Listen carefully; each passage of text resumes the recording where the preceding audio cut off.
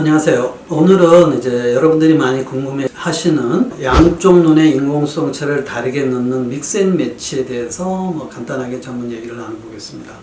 과거에 이제 다초점 인공수성체가 없던 시절이 있었죠. 그때는 이제 일반 인공수성체를 넣어야 되는데 초점을 한 군데 맞춰야 되기 때문에 멀리를 잘 보이게는 할 수 있고 또는 이제 가까운 데를 잘 보이게 할 수는 있었지만은 멀리가 잘 보이면서도 동시에 가까운 데도 잘 보이는 그런 효과를 내기는 굉장히 힘들었어요. 그래서 이제 차선책으로 그때 할 수 있었던 방법은 모노비전이라고 해서 한쪽 눈은 조금 멀리 보이게 하고 한쪽 눈은 좀 가깝게 보이게 하는 거죠. 저도 지금 개원한 지 한 20년이 넘었지만은 초창기서부터 저는 이제 모노비전을 많이 시도를 했었어요. 그래서 그 당시에는 모노비전이 그렇게 일반적이지는 않았었는데 제 나름대로 이제 양쪽 눈 시력의 차이를 조금씩 둬서 이제 시도를 해봤었는데 우성안하고 비우성안의 이제 차이를 처음에는 0.5디옵타, 마이너스 1디옵타 정도까지 해봤는데 그거는 대부분 환자들이 다 적응이 잘 돼서 결과가 괜찮았어요. 하지만은 이제 마이너스 1디옵타 정도의 차이를 뒀을 때는 멀리는 잘 보이지만 컴퓨터 화면 정도까지는 잘 보이지만은 이제 책을 읽거나 하기에는 좀 부족한 시력이죠. 그 다음에 환자분한테 미리 협조를 구해서 마이너스 1.5, 마이너스 2 이렇게 조금씩 더 차이를 벌려 봤습니다. 물론 이제 적응이 안 돼가지고 좀 힘들어서 안경을 꼈던 분들도 있지만은 의외로 마이너스 2.5디옵타, 3디옵타 차이를 뒀는데 적응이 돼서 멀리를 잘 보시면서 가까운 핸드폰 같은 거 보는데도 어려움이 없었던 환자분들이 많이 기억이 나요. 근데 지금은 멀리 가까이 동시에 볼 수 있는 다초점 인공수성체라는 게 개발이 많이 돼 있기 때문에 모노비전은 별로 요즘은 이제 시행하지는 않고 있어요. 이제 이중 초점 정도 이제 근거리 시력이 약간 떨어지는 분들을 좀 아쉬우니까 그걸 좀 보강하기 위해서 한 0.5나 0.75 디옵타 정도의 차이를 두는 마이크로 모노비전을 이용해서 그렇게 시술을 이제 하기도 했었어요. 믹스앤매치라는 거는 이제 말 그대로 양안의 렌즈를 다르게 이제 집어넣는 방법이에요. 요즘 많이 이제 넣고 있는 인공수성체를 제가 언급을 해보자면은 가장 가까운 데를 이제 많이 잘 볼 수 있는 렌즈가 시너지 렌즈.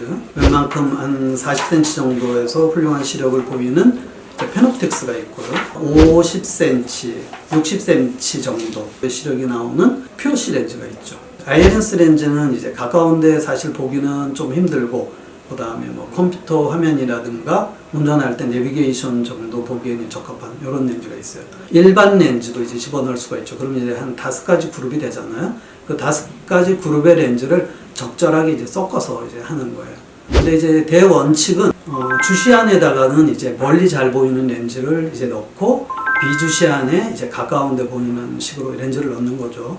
예를 든다면은 주시안에는 아이엔스 렌즈, 비주시안에는 이제 시너지를 넣고 이렇게 해서 양쪽을 다르게 해서 이제 멀리를 잘 보이면서 가까운데도 어느 정도 커버를 하는 거죠. 양쪽을 시너지를 만약에 넣는다고 하게 되면은 가까운데 보는 거는 상당히 좋죠.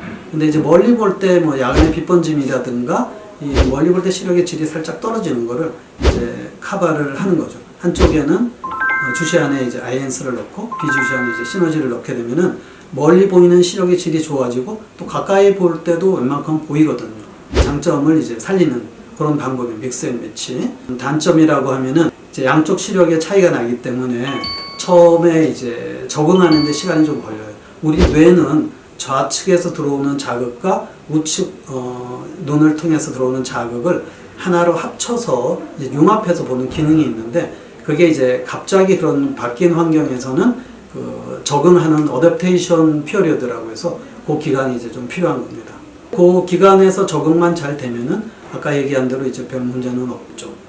그 거리 감각이나 이런 게 약간 떨어질 수는 있어요. 그래서 예를 들어서 근거리 작업을 이제 오래 할 때 이제 눈이 좀 피곤할 수 있다든가 이런 게 이제 좀 단점이라고 얘기할 수 있습니다. 수술을 받으면은 멀리는 얼만큼 보이고 가까우는 어떻게 보일까가 상당히 궁금하실 텐데 예를 들어서 라식이나 라섹 수술을 하는 이런 분들은 백내장이 없잖아요. 그런 분들은 안경이나 콘택트 렌즈 같은 걸 껴서 이제 뭐 이렇게 보일 거예요. 이렇게 얘기해 줄 수가 있는데 아쉽게도 백내장이 있기 때문에 이 백내장이 걷어내야지 우리가 어떻게 보인다고 얘기할 수가 있거든요. 이제 먼 거리에서 저 정도 시력표에 0.9나 1.0 정도 멀리는 시력이 보이고 근거리는 이제 표현하는 방법이 달라요. 뭐 J1, J2, J3 이렇게 나오는데 예를 들어서 시너지를 넣으면은 J2, J3 정도 보이니까 뭐 요 정도 보실 수 있습니다.